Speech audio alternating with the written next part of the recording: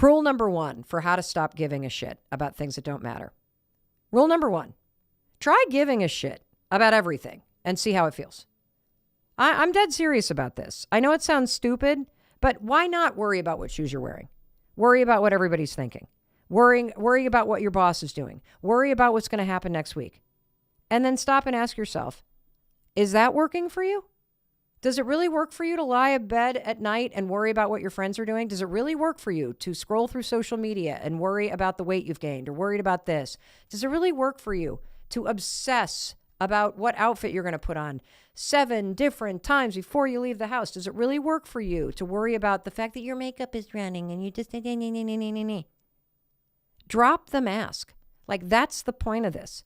Because if worrying about everything and giving a shit about all this stupid stuff actually worked, you'd be happier. You'd feel more secure. You'd have more time because you would work. But it doesn't work. It is so liberating when you realize that, my God, I'm robbing my own energy and my own focus and my own confidence by worrying about so much shit that doesn't matter. Stop it. Stop it. And if you can't stop it, I would just goose it, man. I would step on the accelerator and I would worry about every damn thing and then ask yourself, is this really helping me? Because it doesn't help you to put your hand on a hot stove. That's why you don't do it every day. That's rule number one.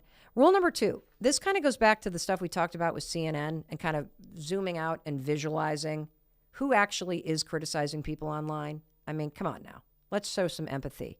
So rule number two for me that has helped me really stop obsessing about what other people are thinking or other people's reactions is I've come to believe that almost everybody you meet is at about the emotional maturity of somewhere between 8 and 12. I think that's where most people get stuck. Most people's disappointment is an 8-year-old throwing a tantrum. Most people being mad at you is about as long as an 11-year-old is mad at you.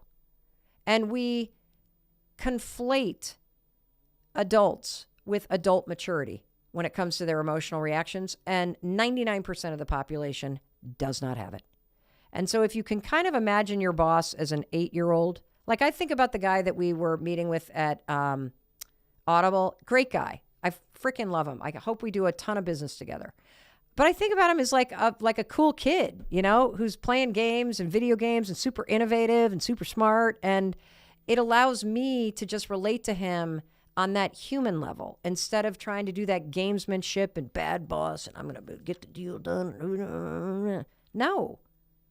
Think about everybody as between the emotional maturity of 8 to 12, and you'll worry a lot less about how they react. Now, rule number 3 is incredibly important, and I want to thank my team for helping me distill this down because I think this is super, super, super important. Rule number 3 is when it comes to not giving a shit, there is a time and a place for it, okay? And I'm going to take this even further. There is a time for really important standards and being rigid about following them, and a time to amplify your self-expression. And I'm going to give you a tool in just a minute for how you can really use this. In fact, no, I'm going to give you the tool now because I think it'll make more sense. Think about a seesaw, you know, that teeter-totter thing. It's a balance. And so in certain environments, like maybe when you go home, home still feels like the same operating procedures as when you were 8 years old. And so maybe you've been really putting more weight on the side of the way things have always been. And you've really not been giving a shit about your self-expression. The opportunity here is to see where in your life you have stopped being you. You have started giving a shit about things that don't align with your value, that suffocate you, that make you feel like you can't be you. That is not a place that you should be. Those are not relationships you should be in. But you got to think about this kind of like a seesaw. Where in your life are things out of balance and you're starting to give a shit and put weight into things that no longer align with you? And where can you bring things more into balance so that you can be yourself, you can be self-expressed, and you can do so without offending people around you, without you violating corporate HR policies? So we were talking a lot about open-toed shoes. And if I were walking into JP Morgan to close a massive, e-learning, corporate training deal, I probably would not have worn my Valentino espadrilles despite how much they cost. I probably would have worn something else, or at least I would have gotten a fucking manicure, okay? Why? Because there is a time and a place to be cavalier. Your job is a place to pay attention to standards. Why? Because they're paying you to do something. A job, I hope it's fun. I hope you're part of a culture and you have a sense of belonging and you feel appreciated. But the bottom line is you're there because you're getting paid to do something, which means you should care more about the standards and the culture and the operating procedures than you might in your day-to-day life. Why? Because you are making an exchange for money. But I have one giant caveat when it comes to talking about standards in the workplace, and I want to take this opportunity to have a conversation with you about it because it is incredibly important. It is very real.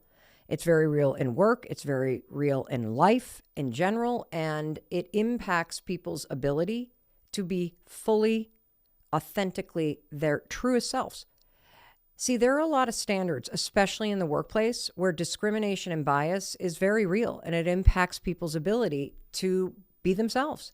And as a white woman, I have the privilege of never having to deal with that. I'll give you an example. So I have a bunch of Black female friends who do not feel comfortable wearing their natural hair at work. And it's not just anecdotal. There is incredible research documenting this. So a recent study from Michigan State, for example, confirms that 80% of Black women feel that they need to switch their hairstyle in order to align with more conservative work standards.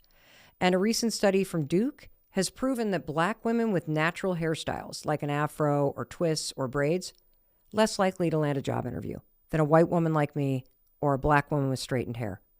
I mean, that just makes me want to cry.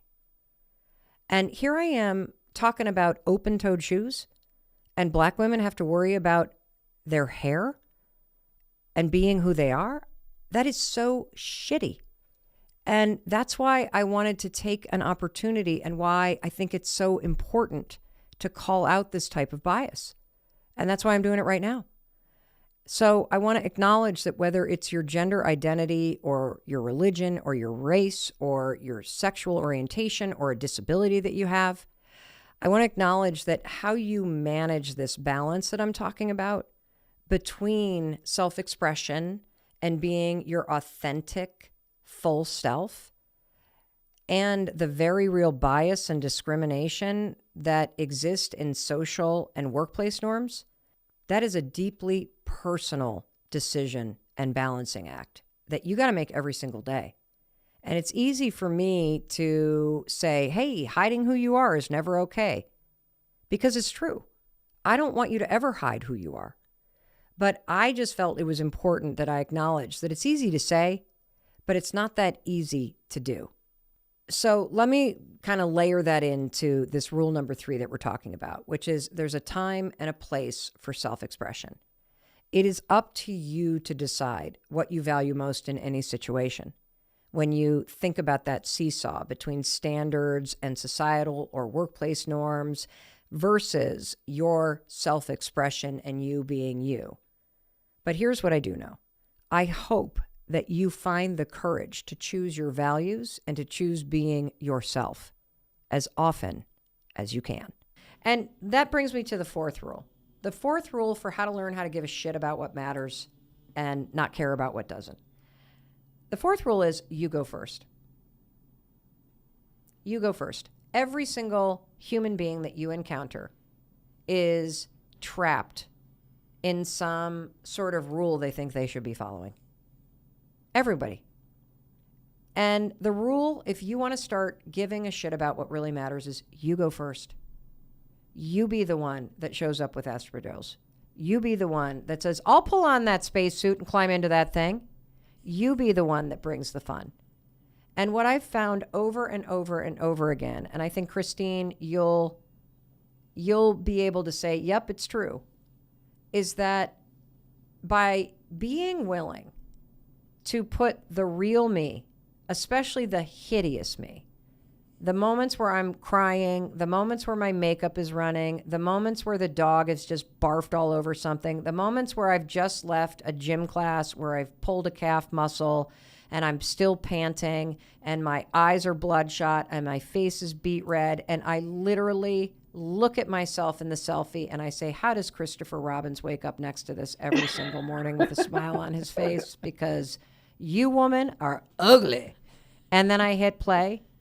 My willingness to do that, my willingness to go first, to drop the mask, the filter, to just put it out there, it's liberating for people. I mean, people come up to me more often when I look like shit. And I say, yeah, I'm happy to take a selfie. They're like, really? Like shocked that I would want to actually take a selfie looking like that. And then somebody perfectly made up, like, well, let me fix my hair. And I'm like, are you kidding? Look at me. I look like a labradoodle that just ran a marathon. I mean, give me a break. Get the selfie up here. Let's go. I'm going to make a kissy face because my jaw is frozen and it makes it look like I'm taking a shit when I try to smile. But what do you see, Christine, in the you go first? And then you go first? Yeah, absolutely. I mean, I think it's something that really connects with people when they meet you, of just feeling like they're running into a friend that they, have seen from afar. And I think that there's something very special about that. And it's a true connection. And then something I would just add, as somebody who's known you for a long time, gosh, 18 years at this point, of you have always been exactly the same person. And so it's weird that when we run into people and people are super excited to see you just because I've known you for so long, but that it's a sincere connection for sure. And the other thing I would say is that I've never known you to make a negative comment about anyone else's appearance, how anyone else is dressed.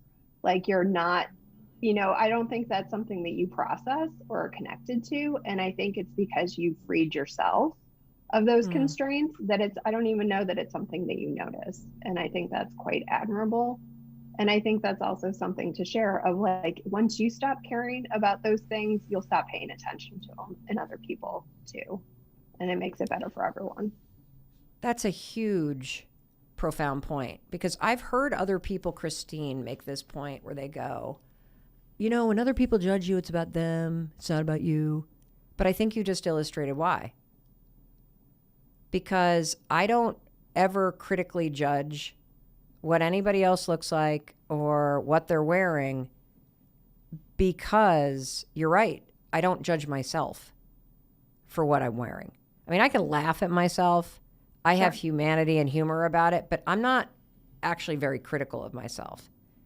And I think if you can eradicate that in yourself, it's true. You don't actually criticize other people. It does begin with how you treat yourself. And this also then reinforces what I'm saying about empathy. All those people that you're trying to be friends with that are competitive, or they're like the high-end group, or they're the fancy people, and you feel that criticism, they're deeply critical of themselves. And that's the circle that you're chasing. Like, you got to get right with you. And it's an interesting topic, how to not give a shit about, stuff, because it sounds like a throwaway topic. But I think at the core of a great life, it's really one of the most important skills that you can actually learn, because what you're doing is you're really giving a shit about your values, and you're putting your attention and your mindset and your effort toward what you value, and you're spending less and less time and energy on things that you don't. I love that famous Nipsey Hussle quote. If you look at the people in your circle and you don't get inspired, then you don't have a circle, you have a cage. And I'm going to add to that quote. If you look at the people in your circle and you can't be yourself, then you don't have a circle. You are in a cage. And you got to be very careful about this, because here's what I've realized over and over and over again in my own life. It's that my own behavior and my insecurities are almost always what put me and keep me in that cage. And that brings me to a final story I want to share with you from last week. It's a story about our daughter, Kendall, and how insecurities can put you in a cage. If you follow me on social media, you're probably aware that our daughter graduated from USC last week, and she was given the honor of singing the national anthem at the 140th commencement ceremonies for the University of Southern California. So we were there. It was an unbelievable moment to watch our daughter sing the national anthem a cappella in front of 20,000 fellow graduates and their families. So we're talking at least 50,000 people there as she was singing. And one of the coolest things is as she was singing the national anthem and as the song starts to build, you hear the crowd getting louder and louder. And you can also hear her just coming into the fullest, most authentic version of who she is. Just take a listen to this moment. Oh, say, can you see by the dawn's early light what so proudly we hailed at the twilight's last gleaming, whose broad stripes and bright stars through the perilous fight and the ramparts we watched were so gallantly streaming, and the rocket's red glare, the bombs bursting in air, gave proof through the night that our flag was still there. Oh, say, does that star-spangled banner yet wave o'er the land of the free and the home of the brave?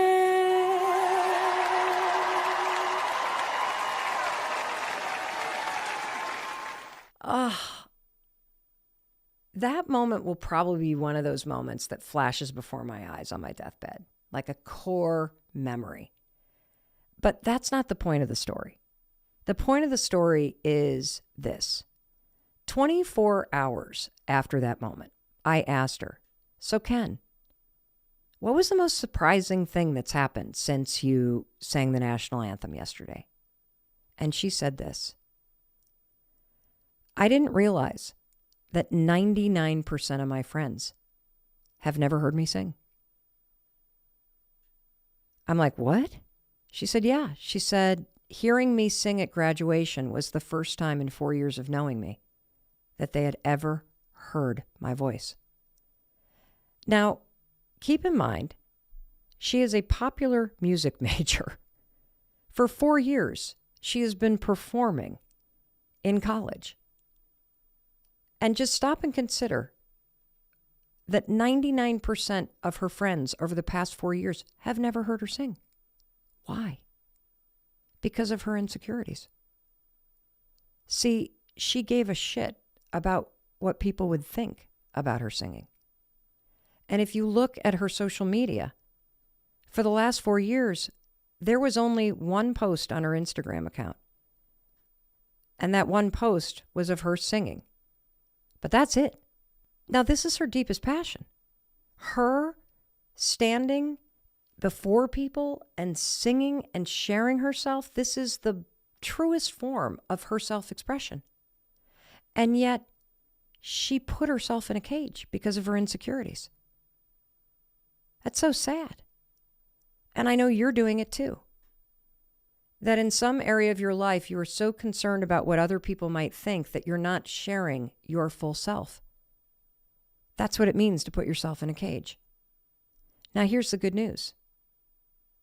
The door to that cage, it's wide open. And it always has been.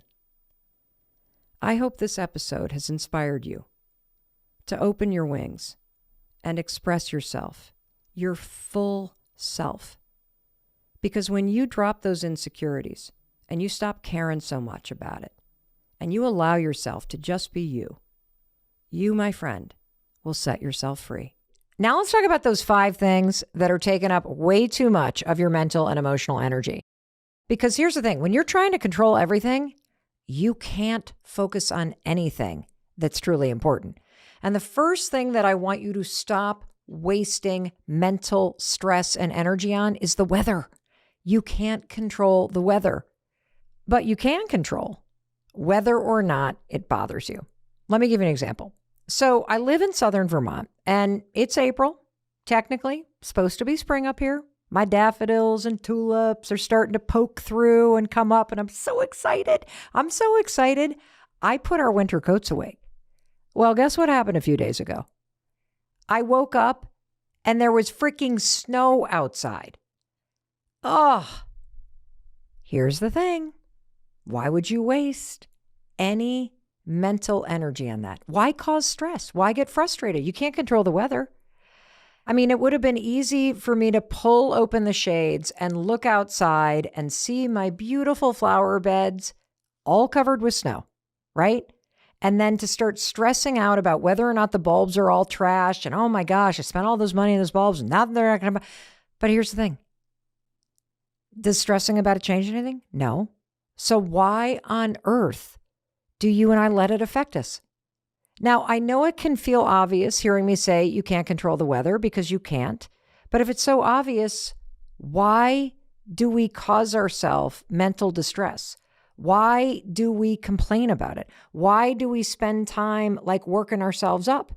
You know, I'm thinking right now about how much energy a bride or a groom burns through in an entire year as they think ahead and they worry about what the weather is going to be on their wedding day. Why do that? You can't control it. Once you have your plan A and your plan B, you're all set. So why even think about it? If it rains, it rains. But common sense isn't so common. And the weather does control you. I mean, how many times have you canceled plans or bailed on a run because bad weather has affected you? And I'm not talking about a tsunami that's hitting or a situation that's dangerous. I'm talking about normal, predictable, seasonal weather that you can expect. You've let a light rain shower prevent you from going outside and going on that walk, haven't you? Mm-hmm. Yeah, the dog can let itself out. I'm not going out in that stuff. Or heaven forbid, when it's super humid, that you leave the air conditioning in your house. You'll cancel plans like that. Unless you work for the Weather Channel, you waste way too much time thinking about it and being impacted by the weather. Here's what I want you to remember. A passing shower isn't going to kill you. So don't let it kill your plans. And it also passes. When there's a cloudy or stormy day, my friend Josh says this all the time, you know what's still up there above those stormy clouds? A bright, beautiful blue sky. Think about that moment on an airplane where you go through the clouds and then you get up above the clouds. What's always up there? A bright blue sky. Bad weather is actually an opportunity. It's an opportunity, if you look at it the right way and you don't let it control you, for you to practice discipline. In fact, there's a lot of science here that I want to share with you. Did you know that when you do things that you didn't want to do, like going outside for that walk, even though it's raining, the part of your brain that's called the anterior mid-cingulate cortex gets bigger. And when researchers look at this part of your brain, they see it as the seat of willpower. And not just willpower, but the actual will to live. And this is the only part of your brain that grows by doing things that you don't want to do. And so the weather isn't something for you to control, and it's not something that should control what you're doing. The weather is an opportunity for you to grow. So the next time it rains, don't complain.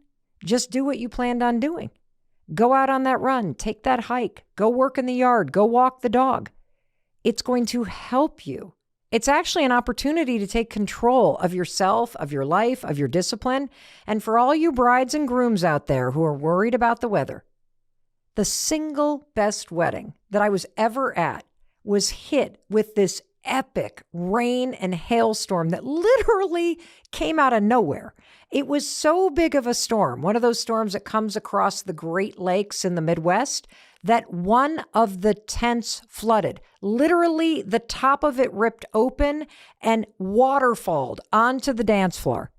And to this day, Emily Glasser and Billy Sussman's wedding, 30 years later, is the single best wedding I have ever been to. The most memorable, the most fun. You want to know why? Not only because of the bride and the groom, but because of the storm. Maybe what your wedding needs is a good old-fashioned rainstorm. And maybe what you need is to learn how to run in the rain, because you're bigger than the weather. So stop complaining about it, because you can't control it. And that snow, by the way, it's cold, and tulips actually love cold weather, and they bloom longer when it's cold. So there's no reason to complain. I should be celebrating about it, because you can control whether or not that weather bothers you or stops you from doing what you need to do. And now that you know that, you're going to not let that happen anymore. So let's move on to the second surprising thing that you're wasting time and energy on. And that is, you cannot control the amount of time that you're forced to wait in line, but you can control what you do with your time while you're waiting. Let's go to an example involving traffic. I want you to think about sitting in your car, you're driving to work, and boom, all of a sudden you hit traffic. You may be sitting in traffic right now as you listen to me. And as you're in traffic, you start to get frustrated, don't you? You kind of grip the wheel, and then you hem and you haw and you tense up and you kind of hit the GPS. And I should. Why? Why do you do that? By the time that you get to work, you're so exhausted because you worked yourself up. You just burned through so much energy in the car being angry that traffic was backed up and delayed. Did any of that anger and stress help you get to work faster? Of course not. Did it move the traffic? No. Did it free up a lane? No. This is why it's so dumb to allow things that you can't control to impact you. Or let's take another example. You're waiting in line at the post office. You got your arms full of packages that you need to return. It's 2:15. The line is so long. You're out there on your lunch break. You're like, oh, should I stay? Should I not? So now you've committed to staying in line. And all of a sudden, there's somebody at the front and they're taking so long. Do you want insurance with this package, honey? And you're like, oh my God, are you kidding me with this? And you're now starting to get irritated. Do you need some stamps while you're here? Oh my God, are they really going to buy stamps right now? We've all had these moments. Oh, and then all of a sudden you get close, and what does the clerk do? Oh, I got to go on my lunch break. Let me get somebody to fill in for, and you're like, oh, blah, blah. And these feelings of irritation and frustration, they rise up. Why? Because you feel like you're losing control of your time. You thought this was going to take 5 minutes. 15 minutes have passed by. I get it. You got somewhere to be. You got to get back to work. You squeeze this in on your lunch break, and now your lunch break is evaporating before your eyes. We've all been there. You can't control when you're going to be forced to wait in line, but you can control what you do with your time while you're waiting. What if you were to look at this not as some sort of slight by society or the post office or traffic? What if you were to look at this as found time instead of lost time? Maybe this is just the universe giving you time back. I mean, let's go back to the traffic example again. You're driving along and all of a sudden things slow way down as everybody merges into a one-lane road. And guess what's right in front of you? A truck. Of course. And so you're winding and you're going slower. And in that moment, can you control what's happening? No. And there's no use to get yourself all stressed out or cause yourself some sort of distress in your mind or start freaking out about it. And there's this great post that's gone really viral that talks about this exact moment when you get stuck behind a truck on a one-lane road and you're forced to slow down. It's a cue to yourself that this truck is sent by a guardian angel. It's slowing you down on purpose to avoid whatever is around the corner or at your destination or maybe somewhere along the way that's not meant for you or that may cause you harm. Do you see how that now puts you into control?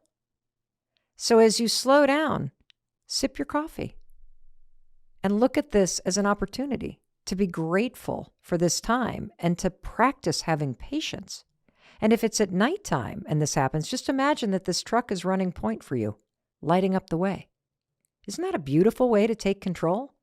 Because you can't control the times where life slows you down, but you can control what you do with that time. And when you look at it like a gift, you take the control back. And there's so many things you could do. You could turn on Rosetta Stone, one of the sponsors of this podcast, and listen to that French lesson that you started, but you haven't had time to finish. Or you could call a friend. This is one of my favorite things to do when I'm driving, hands-free, and just talk to somebody while you're driving behind that guardian angel truck. You could start to see this as not lost time, but time that's been given back to you as an opportunity. You can even do this at the post office. So let's go back to the line at the post office. Instead of standing there getting frustrated and flustered, which only makes you feel like you're losing control, it only makes the time go by faster. What if you use this found time and you take a moment to text someone that you've been thinking about just to say hi? You know, one goal of mine this year is to be more closely connected to my family. So I could use that time waiting in line as a sign from the universe that I just gained a moment to reach out to my nephews. They were in a water polo tournament all weekend long, and I want to congratulate them on their wins. How cool is that? Or have an audiobook or a podcast like this one queued up so that you got something that is your go-to in those moments. Because you can't control the time when you're going to be forced to slow down or to wait. But you can control what you do with your time while you're waiting. So make something important happen. That's what you can control. Even if what you make happen in those moments is just practice staying calm or being in the moment or practicing gratitude. And the more that you do that, the more you'll realize how much time and energy you do have at your disposal to use in small and big ways. And you know what else you have in your control? Whether or not it bothers you when I take a quick pause to go to break and give a little airtime to our sponsors who bring this podcast to you at zero cost. So don't you go anywhere. I know you want to know these 3 other things that you can't control, and trust me, the next one is a real doozy. Stay with me.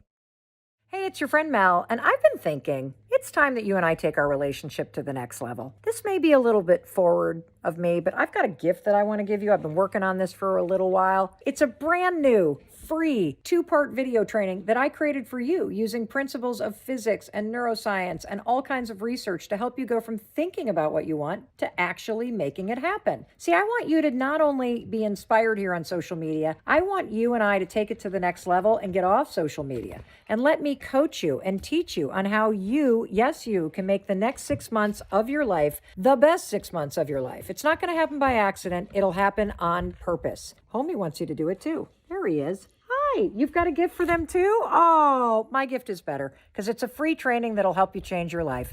All you got to do is go into the comments and type free, F-R-E-E. I'll DM you a link to the training. That's how easy you can make this training happen. Last time I did this last year, more than 500,000 people accepted this free gift. I hope this year you'll take our relationship to the next level and let me coach you on making the next 6 months of your life extraordinary. Let's make it happen together.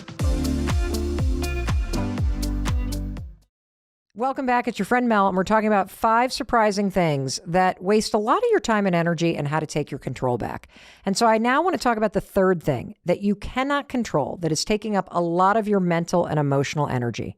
You cannot control the headlines, but you can control your headspace.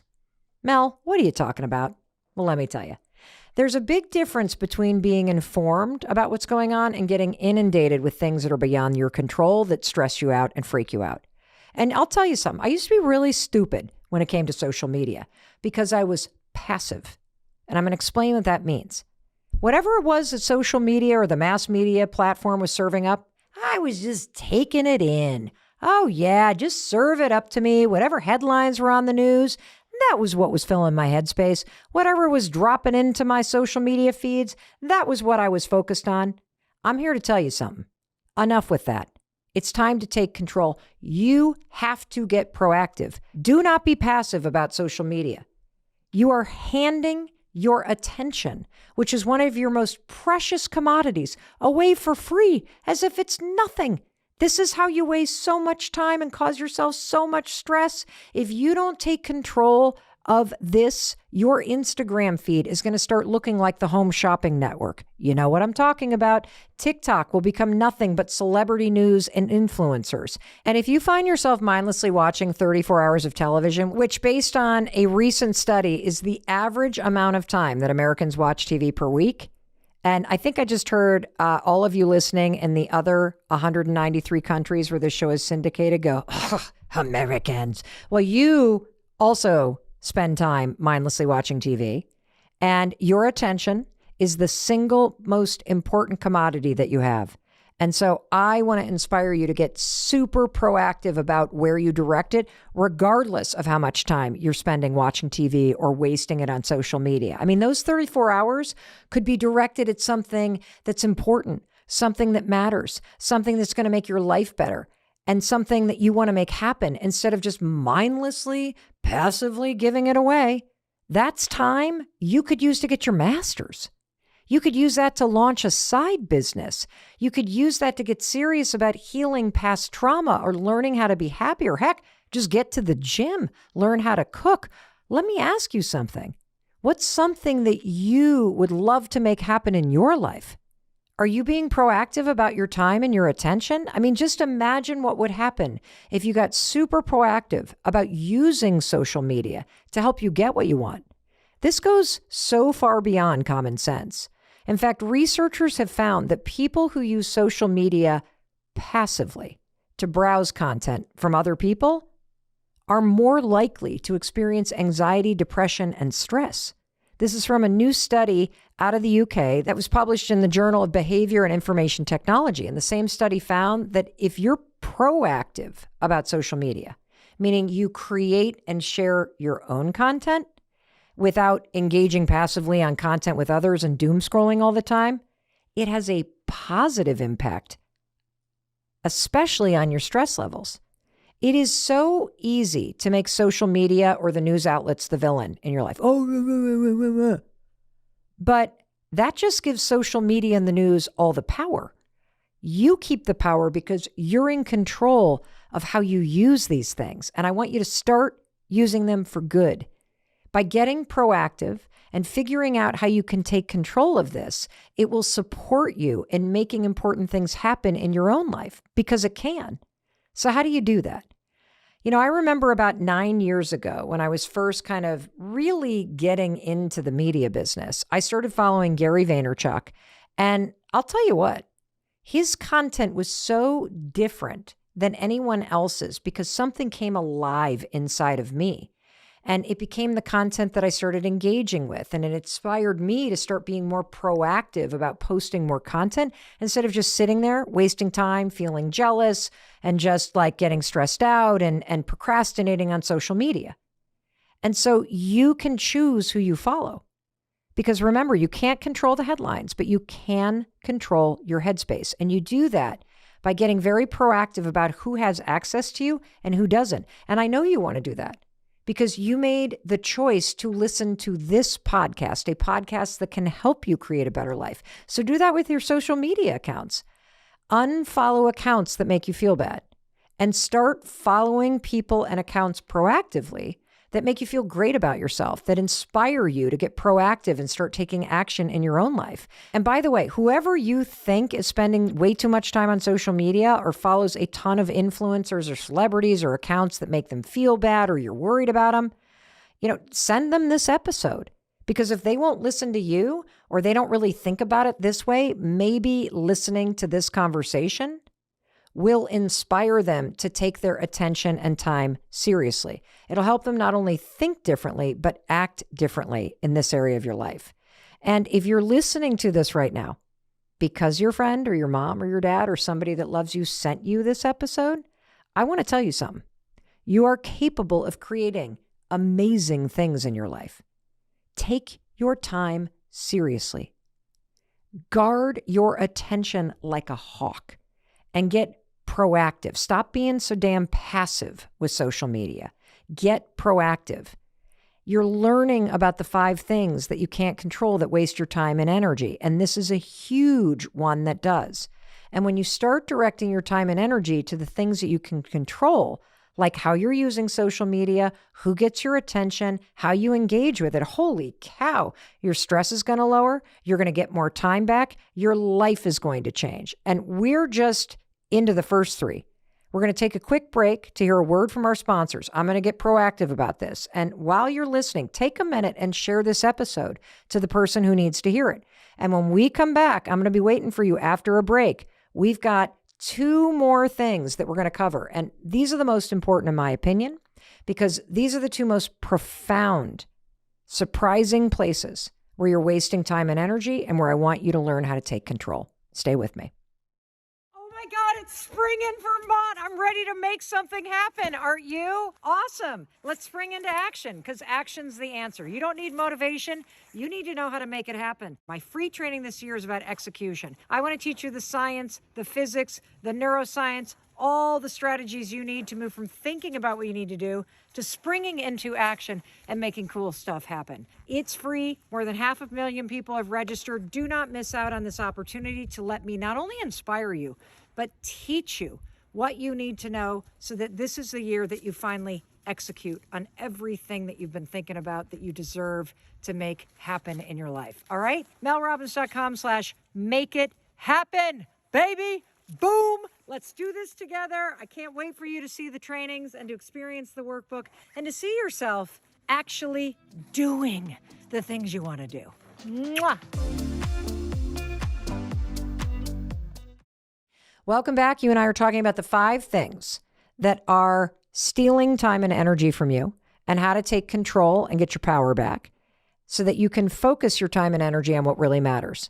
We're on number 4. And here is the 4th thing that you cannot control. You can't control the past, but you can control what you do in the present moment to help you move past it. No amount of regret is going to change the past. So all the time that you spend looking back and beating yourself up, it's just creating unnecessary emotional and mental distress. Yeah, you should look back and learn the lessons that you need to learn. But when it comes to the things that you truly regret, or in my case, cringe when you think about from your past, the best apology to other people and the most powerful form of forgiveness for yourself is a change in behavior now. When you change, you have proven that you've learned the lesson and you've moved on and you've become a better you. And here's how you can do that. Make a decision today to start living your life in a way that makes you feel proud of yourself, because it'll prove that you're no longer that person that you were in the past. Every single moment that you're looking backwards is wasted, and it keeps you from moving forward. The only way to move on from the things that you regret is to move forward. That's how I did it. I mean, there are entire decades that I regret about my life. If you listen to the episode about the lessons from my 20s, you heard about a lot of those regrets. But I'm really proud of who I've become and what I'm doing in my present life. That's why I don't waste any time and energy looking backward at the past. And you can do the same thing. You can use the present moment to free yourself from the regrets you have in the past. Sitting there and thinking about what you did wrong or what you wish you had or hadn't done doesn't do anything but make you feel bad. You can't control the past, but you can control what you do in the present moment to help you move past it. And here's how you're going to do that. First, would you give yourself more credit? Because you're not the same person that you were in the past. I mean, look at you. Heck, look at me, for crying out loud. I'm no longer that anxiety-ridden, toxic person that I was in college.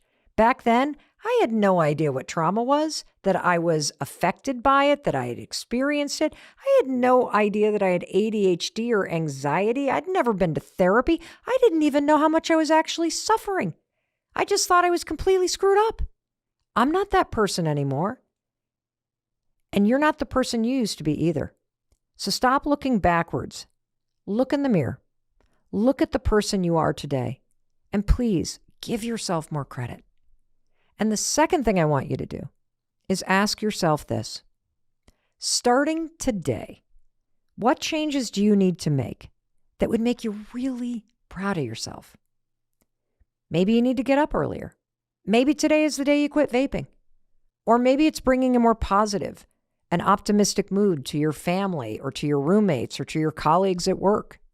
You can control what you do in the present moment and who you become. And that's what helps you move past the things that you regret. Changing today proves that you're no longer the person that you used to be. And so starting today, I want you to make the most of your life moving forward. That's how you make big things happen. That's how you create a better future. And the final thing is that you can't control, but it costs you a lot of time and energy. The future. You can't control the future, but you will create it by what you do in the present. The future hasn't happened yet, so you might as well stop worrying about what's going to happen right now. Stop worrying and stressing and being anxious about your future. It is a complete waste of your time. You need to be worried about what you're doing today. Besides, I can tell you what's going to happen in the future. I can tell you who you're going to be in 6 months from today, based on your habits, your friend group, and the social media that you consume right now. That's how important the present is.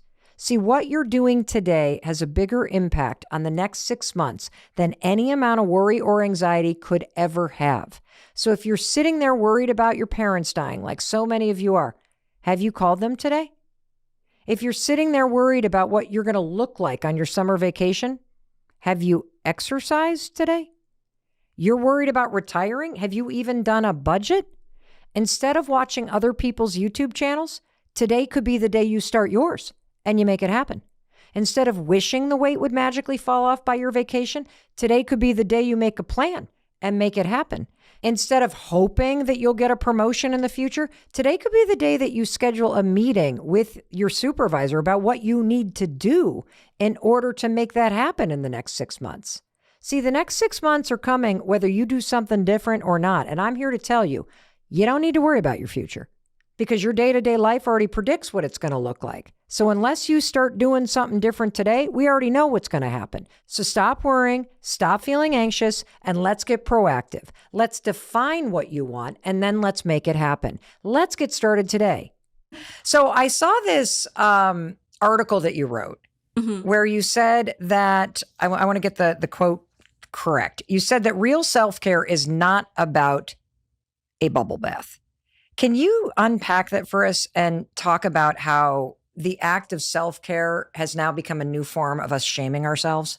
So this came to me from my patients, really. You know, the patient that, every patient really, that comes in and says, Dr. Lakshmin, I'm stressed out, I'm burnt out, I'm not eating well, I'm not sleeping well. And I feel like it's my fault because I have the meditation app. I have the yoga membership. I know I'm supposed to be doing these things, but I can't do it. And I say to my patients, like, look, this isn't your fault. This isn't about willpower. This isn't about being lazy. It's actually much bigger than that. You know, we live in a country that still doesn't have federally mandated paid parental leave. Half of American workers can't take a paid sick day.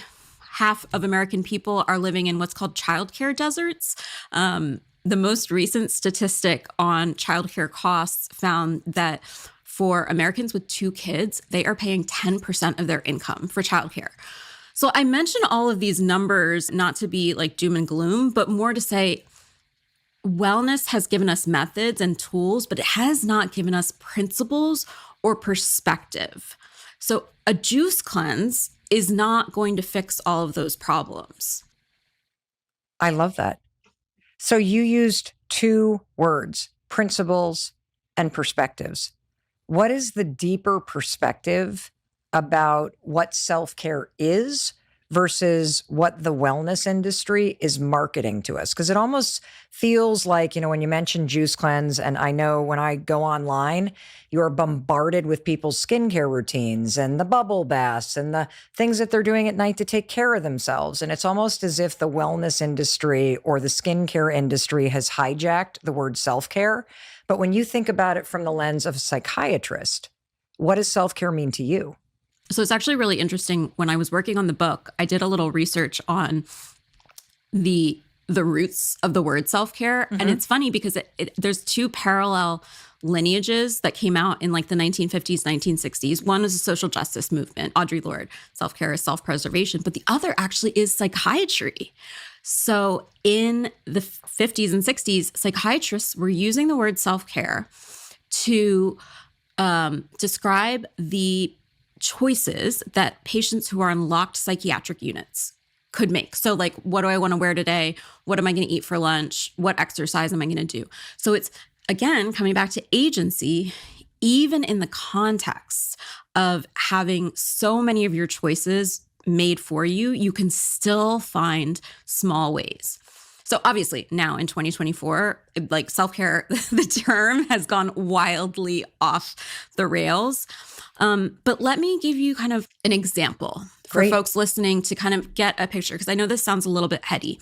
So imagine that you are going to a yoga class and you go to this yoga class and you spend most of the time on the mat kind of feeling guilty because, oh, maybe you're a mom, you should have maybe spent this hour helping your kid with his homework, you need to make cupcakes for school. So you're there in the yoga class, but your mind is feeling all this guilt and this mental load. On top of that, you're looking at the person next to you who can hold a headstand and like you can't even do crow pose. So you're comparing yourself, you're beating yourself up. You also don't really know why you're even at yoga. Like you're there because like Mel told you to go to yoga, but you haven't really internalized like what does yoga do for you? And so essentially you've given away your power. So that's one person, but then imagine a completely different scenario where you have a hard conversation with your partner and you say, hey, look, I think both of us do a lot better when we each have a little bit of alone time over the weekend. So let's, I'm going to go to yoga on Saturday and you can go for your run on Sunday because we both know we're better parents, we're better partners when we have that time. You set boundaries.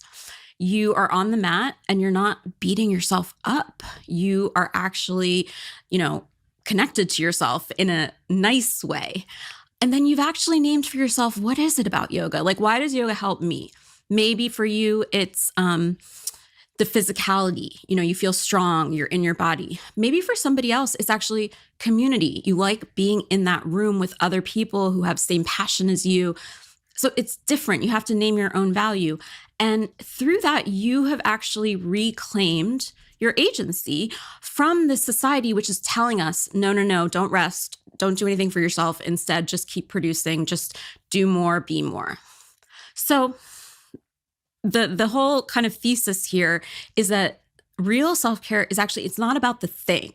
It's about all of the work you do inside before you do the thing. So your yoga class is only as powerful as the boundaries that you've set beforehand. There is so much to unpack. I want to take a gigantic highlighter and I want to make sure as you're listening that you heard what Dr. Pooja just said. She said it's not about the thing. It's about the reason why you are doing the thing in the first place. And if I get back to two of the words that you said earlier, principles and perspective, that's how you access it. And I'm also in that example, which I found crazy relatable. I was thinking, how are you in my head while I'm doing yoga? Because you're right. I race there. I get on that mat. I maybe settle in for 5 seconds after looking around and checking out, like, okay, like, how am I going to size up here? Then it starts. If there's no music, I'm complaining about that in my mind. And then I'm almost immediately thinking about what I'm going to do after the class. And the other thing that I think about in that example is I have probably poured more time and energy into the mat and the towel and the bottle of water and the outfit that I'm wearing than I am about the reason why I do it. And when you go deeper and you tap into the deeper principle of what this is for and why you do it, that's how you access the power of it. And then you also gave that example with your partner, where you say, the reason I do this is not because I'm supposed to, because I see all these other people doing it, and because I'm this or that or the other thing, but because I know the deeper principle. I'm a better person. I'm better for you when I do this. Wow. Yeah. I'm going to give you something else too that encompasses this. So real self-care is not a thing to do. It's a way to be. It's a verb. It's not a noun. It's something that you thread through all of the decisions that you make in life, whether it's how you show up to yoga or what job you choose or, who you decide to partner with. Like it really is something that is in the fabric if you're doing it right. How do you figure out how to be? And I'm sitting here also thinking to myself, okay, I spent a lot of time talking to people, trying to distill their research and advice down to the takeaway and the thing to do. Okay, everybody, we're going to go for a walk and we're going to do this thing and we're going to blah, blah, blah, blah, blah, blah, blah, blah. And I know you're not saying don't do the thing. You're saying go deeper first and actually understand the way you want to be in life. Is that what you're saying? Yes, exactly. I'm not saying that the things are bad. Yoga actually can be really helpful. Exercise is helpful. There's tons of studies. Sleep is important, right? All these things. But it's about how you show up to those things. If you're not taking the time to reflect and understand how the yoga or the meditation is important in your life and really getting a sense for what it does for you, then you're just checking it off the list. You're not actually taking in the medicine or the nourishment of those activities. And I want to say, for folks that are listening, I don't want you to feel ashamed because we all do this. Like we live in a society where you open Instagram or, TikTok and it's just right. Like it's all the makeup and the yoga and all the things. And it's not, we all do this. We're all in this together. And it's not about shaming yourself. You can't beat yourself into real self-care. And again, it's just that you have to understand that the internal work, has to go along with it beforehand. Otherwise, it's just going to be empty calories. And I mean, if you're like me, yeah, you'll be really great. You'll do it every day for 2 weeks and then life will get busy and then you'll fall off. I think I just had a whole light bulb moment. So let's go to the example where you said you're online. It happens to all of us. You see a fitness influencer that looks fantastic and they're doing yoga on a mat, beach, and you think to yourself, I really need to be doing that. I need to be taking better care of that. That right there, that I need to, the adding of the thing to the to-do list, that's when it becomes almost like a form of shame. Yes. You're making yourself wrong in that moment because you're not doing the thing that you think you should be doing. I think that is such a common experience to see a cleanse, to see somebody doing yoga, to see somebody hiking or doing whatever, and to then go, I should be doing that. And the fact that I haven't made time for that means that I am doing something wrong. Is there something you could do in that moment that truly is self-care, that being part that you're going to teach us today? Yeah. So that's the boundary, right? That's where boundaries come in. What is a boundary? I think that I'm glad that you asked that question, Mel, because I do think we see boundaries everywhere. Like you open any app and everybody is talking about boundaries. So it can be a little bit eye roll. My take on boundaries is different and we're going to get into that. But essentially, the boundary doesn't always mean saying no. So this was an aha that I had where I kind of came to an understanding. This was I think it was 2016. I just graduated my psychiatry residency at GW, George Washington University in DC. And I got my dream job on the faculty and I was going to be helping to run the women's mental health clinic and, bright-eyed and bushy-tailed. And my advisor, my mentor, she took me out for lunch on my first day. Mm-hmm. And she was like, I'm going to give you a piece of advice, Pooja. And I was like, oh, maybe it's about how to dose SSRIs or, and some secret. And she was like, her advice was, you don't need to answer your office phone. You can let it go to voicemail, listen to what they want, decide, and then respond. And that's when I was like, oh, the boundary is the pause. And then you always have three options: yes, no, or negotiate. Because the truth is that no always comes with a cost, whether that is emotional or financial or political or interpersonal, right? Like no is not accessible for everybody, but the pause, you can always do the pause. So for me, in that example, it was like, okay, sometimes the phone rings and it's the front desk and they just have some insurance paperwork that they need me to sign, and I can call them back and I can say, oh, I'll do it at the end of the day. But sometimes like it's a patient who I know if she misses a day of her Adderall, her ADHD medicine, she will literally get into a car accident. Let me put in that refill right away, right? So you pause and you reflect. So it's about responding as opposed to reacting. And so that's what a boundary means for me. It is that pause. It's to be a little woo-woo about it. It's like the existential space in between. Why do we need a pause? How does that connect to the fact that we don't take good care of ourselves? Yeah. In order to actually be able to take care of yourself, you need to really acknowledge that you are a self that needs taking care of. Like that you are actually an embodied person that has your own wants and needs and preferences and desires. And that is something that actually is a little bit radical, shockingly, in our society. And the first step to it, again, is the boundary, because that's the pause, that's the space in between. And when we're talking about real self-care, there's 4 principles: boundaries, compassion, values, and power. The boundaries are the backbone. It's actually what you put in between, and it demarcates your own space. So that's why they're so important. Like if there were one psychological skill for folks to learn when it comes to, doing life, it's boundaries. I understand in your practice, there are 5 questions that you use as almost like an assessment. You write about it in your book that give you almost a temperature check on where somebody is on this scale of boundaries and power and values. Can you walk us through those 5 questions? Yes. Do I feel motivated to tackle my tasks, or am I overwhelmed, or am I apathetic?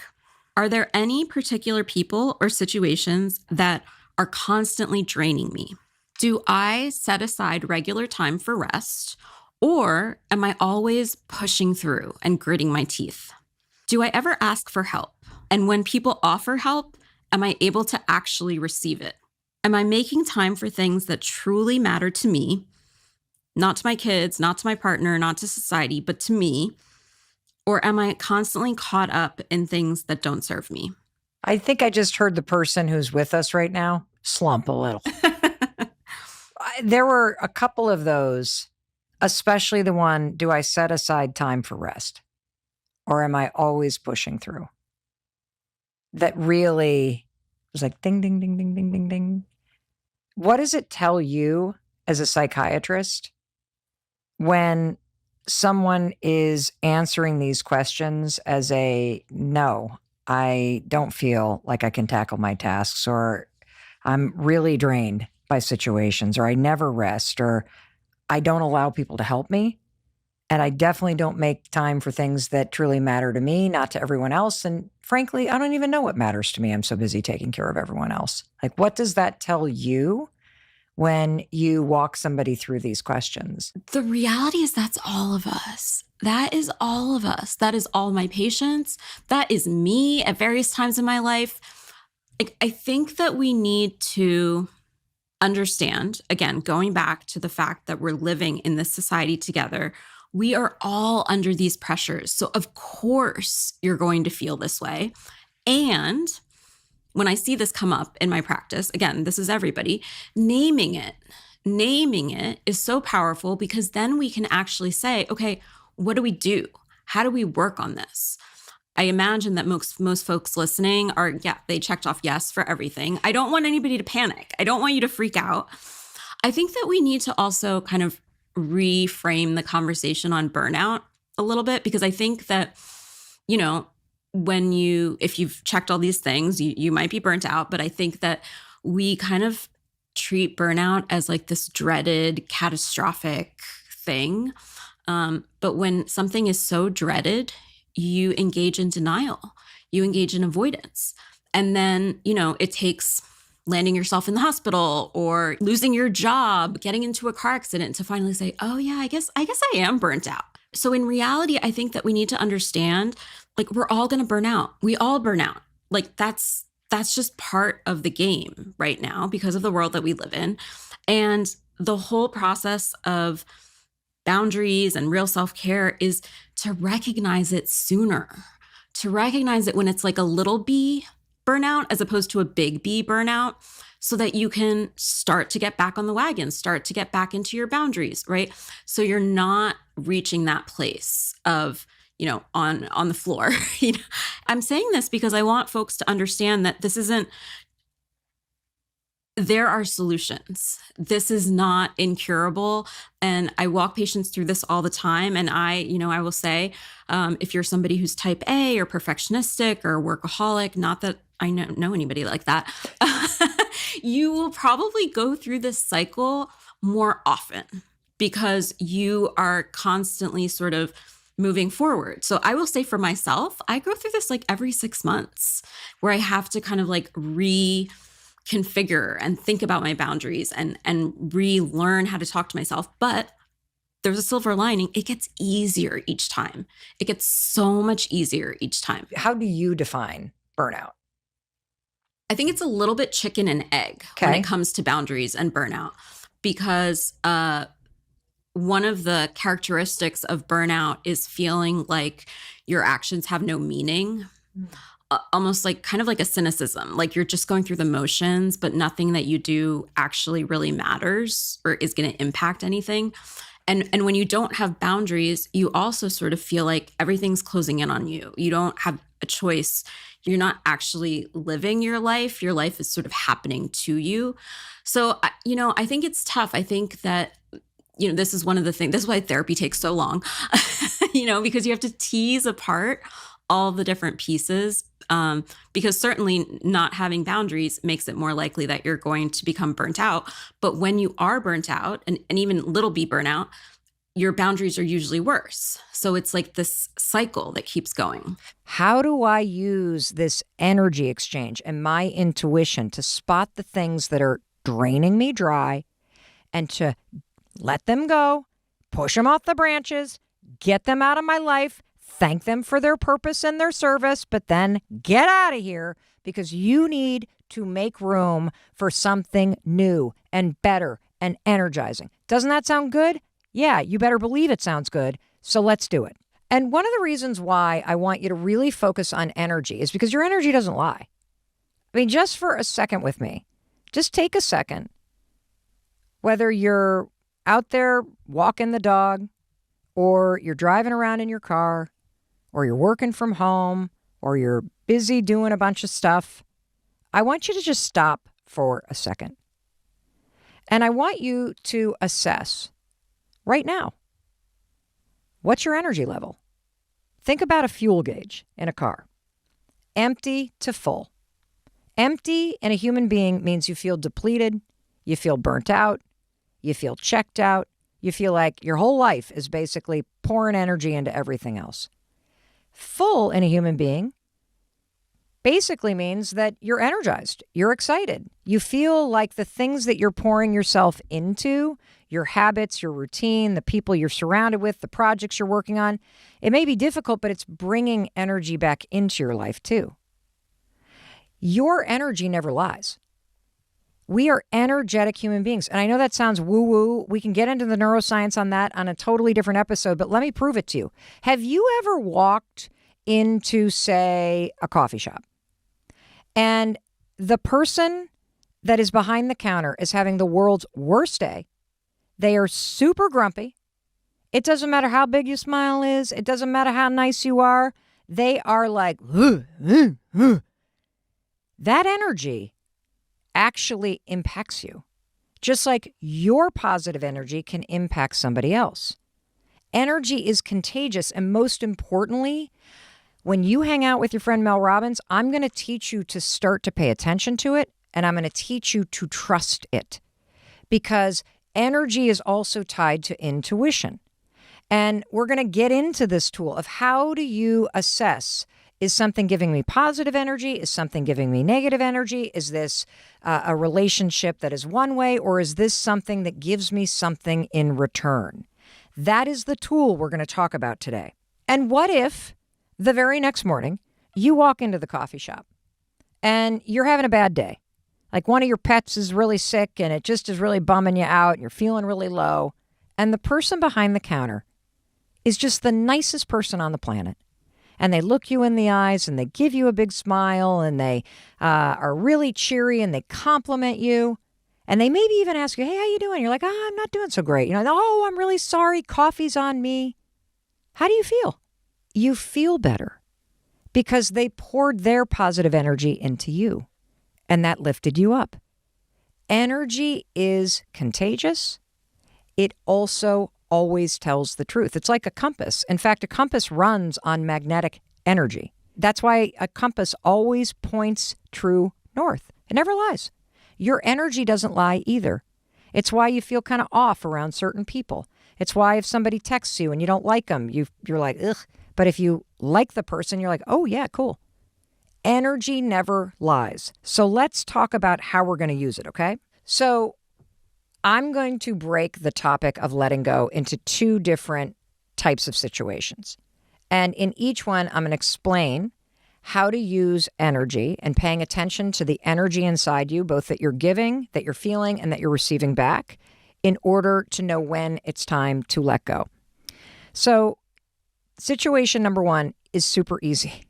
And this is typically when it has to do with things or projects or a job or somebody who's like really, really engaging in toxic behavior. Okay? This is the easy stuff.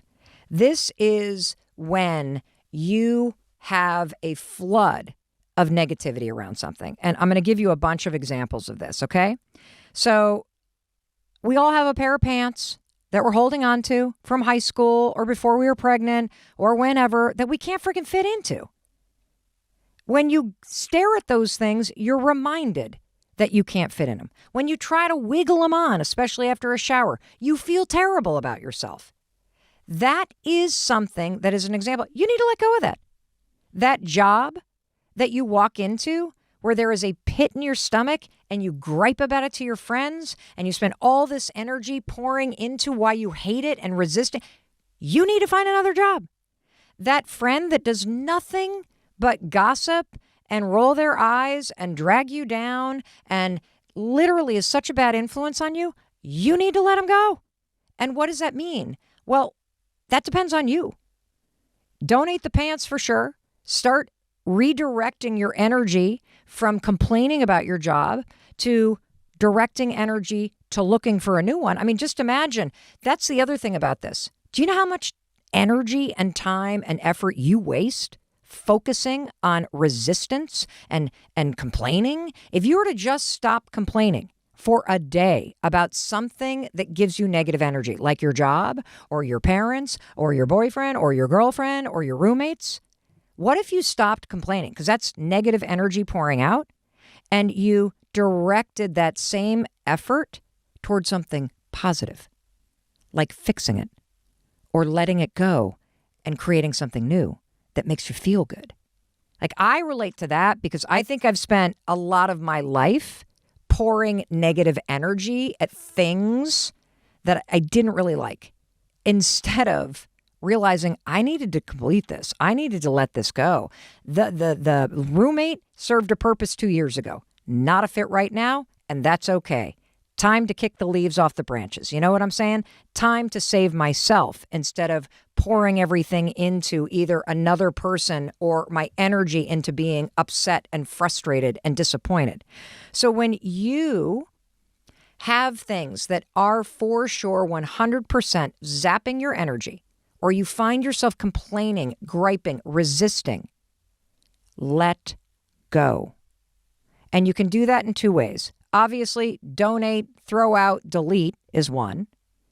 The other one is take all that negative resistance that you feel in you that churns and pour it into something positive.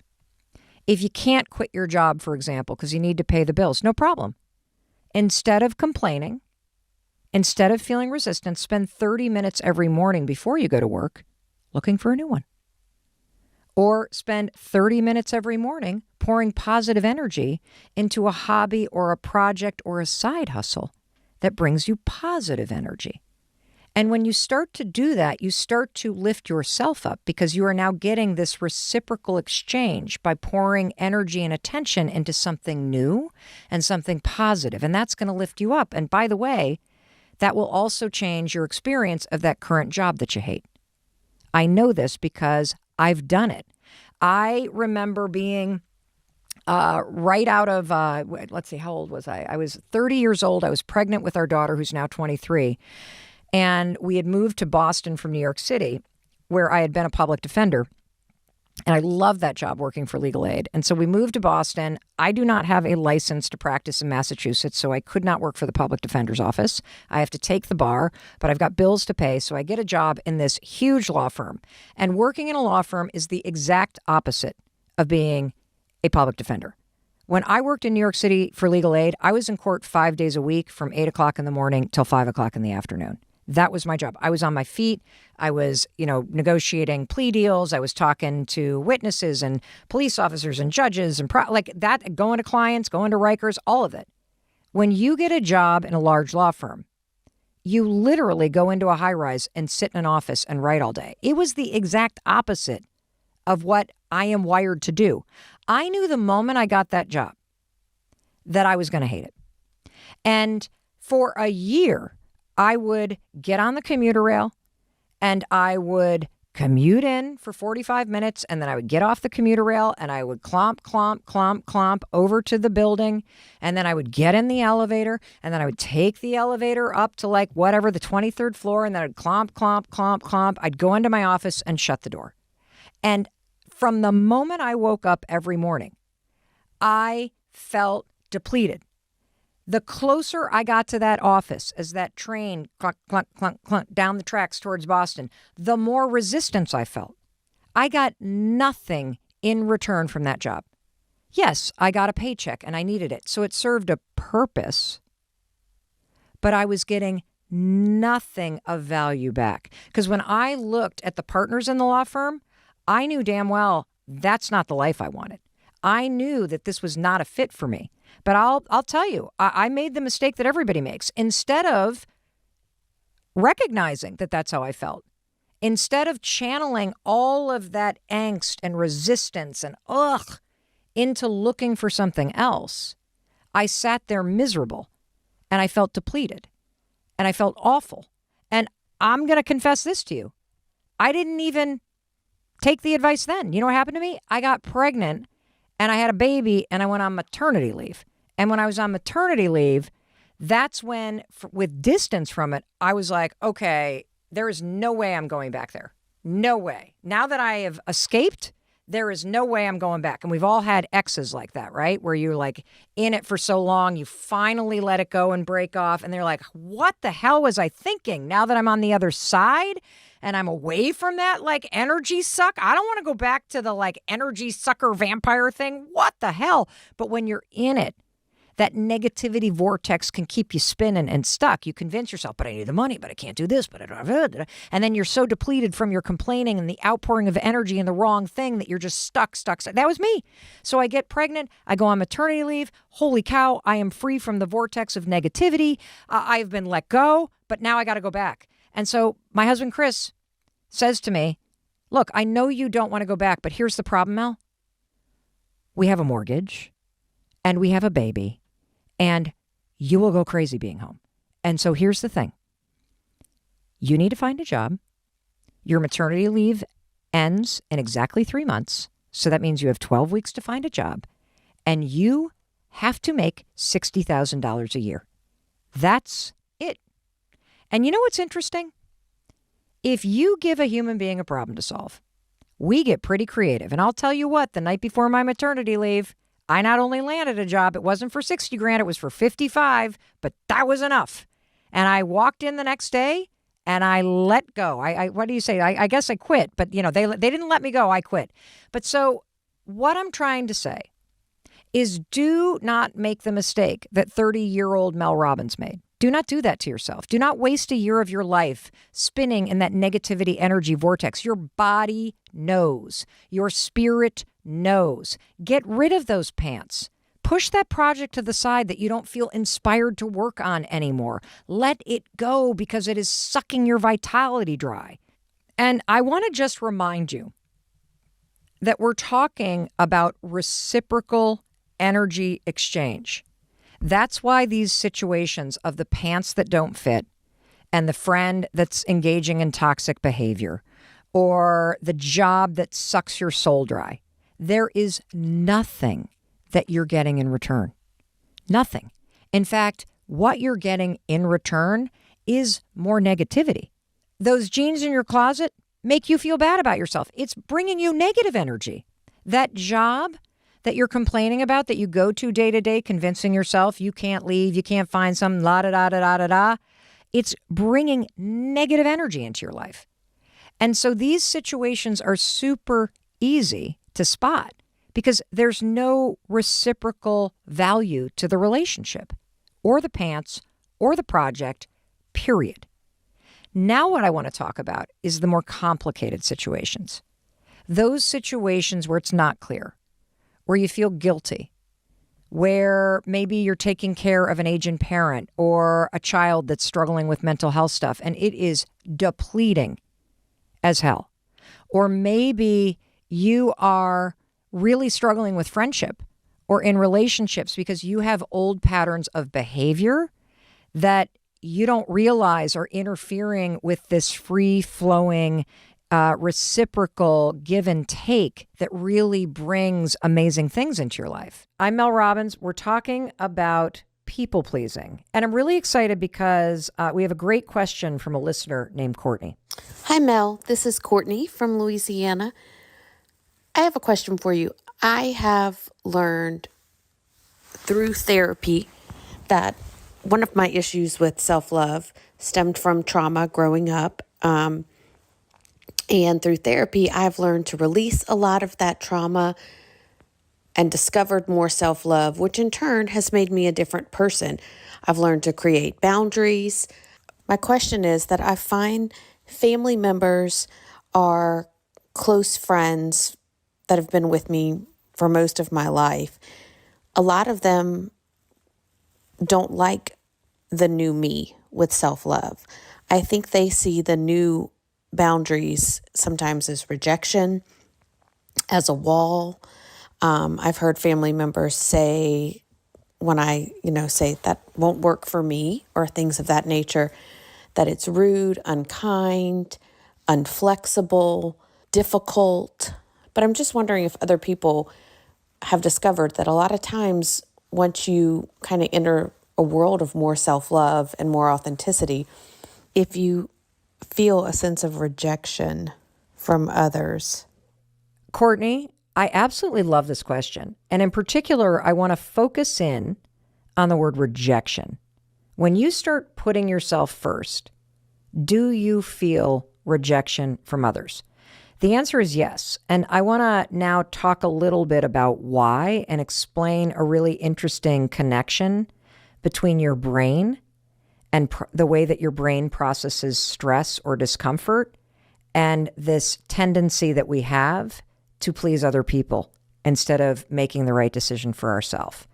So, you know how you're in that moment? Let's just use the example of me and this pool table. For years, I knew that I wanted to disassemble the pool table. And I would walk past the room and there it is, like a New York City bus sitting in the middle of a room in a small farmhouse. And I would feel this tension in my body because I knew what I wanted, which was, could I disassemble this and not disappoint my dad? Could I disassemble this and not be the world's worst daughter? How could I do that?